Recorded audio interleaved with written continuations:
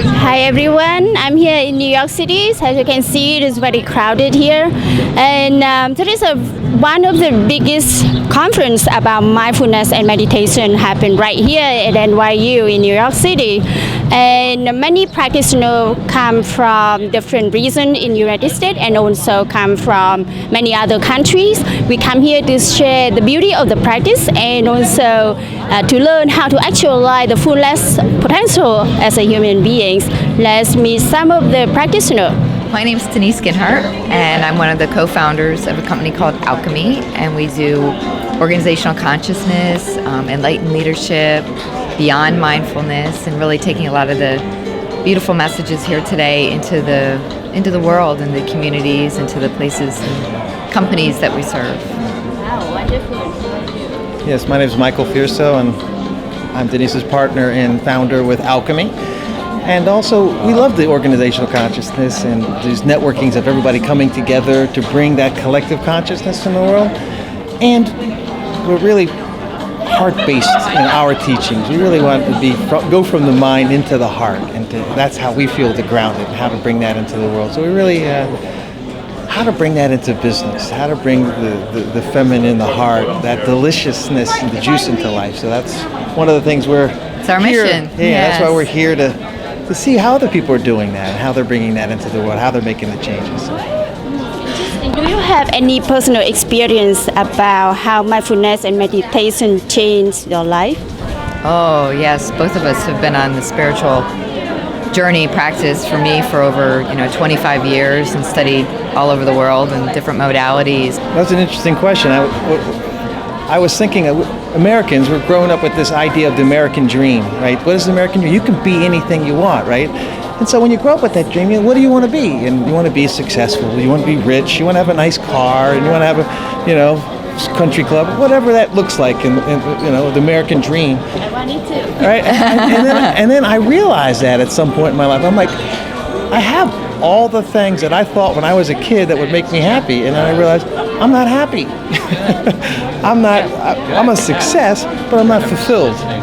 And so that began my inner journey, and that started with meditation. I gave up the corporate job, I gave up the mortgage banking career, and it took me to India and becoming a monk, a brahmachari in the Indian lineage. I was that for 10 years. And that's a huge change. Huge change. Let it all go, redefine ourselves, and then I met this beautiful woman here. We were building an ashram in India. Yeah. We were building an ashram together, and so we came together. I left that life, and now we're building this. What is this divine relationship? What does that look like in the world, and how can we serve what are both of our missions? Her in the corporate world, me in India as a monk, and how can we bring that here, full circle, back here into the corporate world? So did you discover what made you unhappy in the past? I think it's all the belief systems, the attachments to who you think you are, identifying with the body as who you are. I mean, ultimately, we forget our true nature. Our true nature is not this body. And so whenever we identify with the body, we identify with the personality, we identify with the thoughts, that's going to lead us into pain and suffering. And then when you start to connect to that higher self, and you create that relationship, that it's a selfishness when you put that first, even before your beloved, because you know that's a relationship. When she anchored that, and I anchored that, then we were able to come together, right? Until I had that, until I could bring that here, then she showed up in that, So, yeah, that's a beautiful. But how are you going to transfer it into knowledge or into something that you can bring to business people? Yeah, we just did a program in Philadelphia where we're from, and it was over 70 or 80 people, and only 2 people in the whole group had ever meditated in their whole life. So we're starting with on the very basic level of introducing this to people who have had no access point, and simplifying it, giving them some of the practices, ancient practices that are very simple, and getting out of being another thing to add to their list, but feeling in their heart. And to advanced students, we work with a lot of advanced students online, where it's a lot of classes where people can access the information. So we're meeting people with where they are in providing a space for them to experience and then to get into their own exploration of this work. Yeah. So actually practice is more important than knowledge or explanation. Yes. What do you put knowledge before the experience? Actually, you put the experience first. Get the experience. Feel inside. What does it feel like? What is it? How do you expand in that? And then the wisdom comes. Yes. Then the knowledge comes. Right now people talk a lot about visualization and manifestation, how mindfulness and meditation have we experience the life that we want. What do you think about that? Well, actually, we were just thinking about that recently, you know. Imagination is this great gift that we have with our connection to our higher self or to source or God or whatever they call that. But we're here in the Western mind believe that imagination's not real. But it is real. It's your visualization of what it is that you want to create. Well, if you can visualize it, you're creating it. Whether it's in just your mind, but this has to start somewhere. It starts in your mind. And then you can get your energy around it, which is your feeling nature. What's the potentiality of all of us connecting together in the workforce and working as a team? You get the energy into it, then it drops down into the physical is kind of the last place where it materializes. So imagination is so very important to that process of manifestation. Yeah, it's a great step, but your practice evolves with you. So to continue, you might start with visualization and imagination, and then you go beyond it where you go into the nothingness and the emptiness and the acceptance and surrender and the light and the complete purity of pure consciousness. So it's an evolution, just like we're evolving. Your practice evolves. And so to play with all those different things and allow it to just let yourself be guided. There's no one path. There's many ways in order to explore it, and many ways for the divine and the consciousness to show up. Imagination can go in both ways. Yes. How to prevent us to not imagine something negative?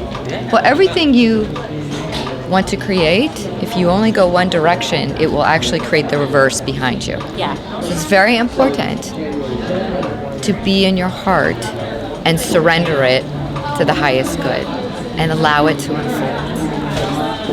Yes, thank you so much. Thank you so much. Thank you. Namaste.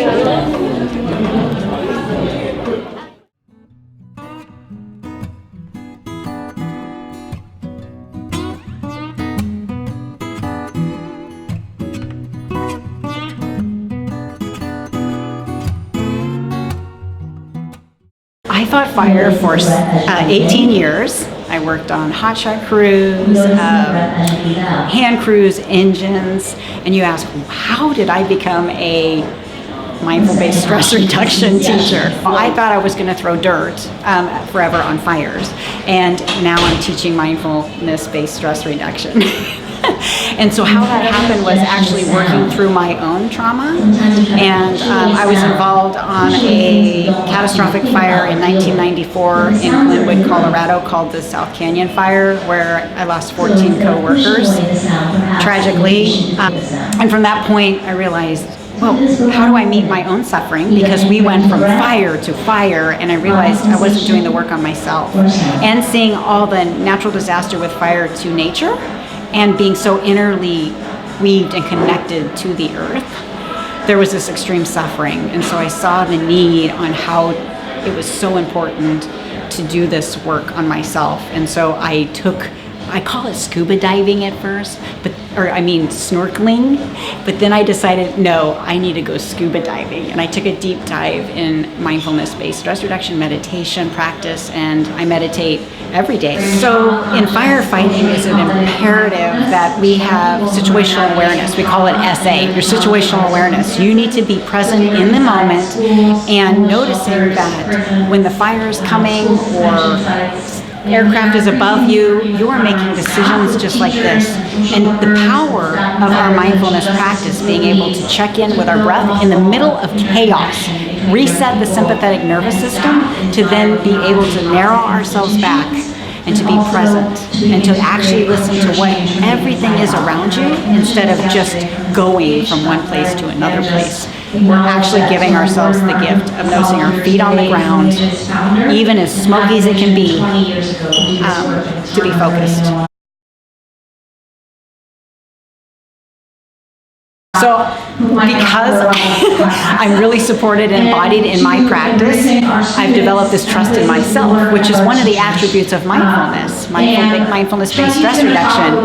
And, first you have non-judging, and then you have patience, and then you have curiosity, beginner's mind, and then you have trust.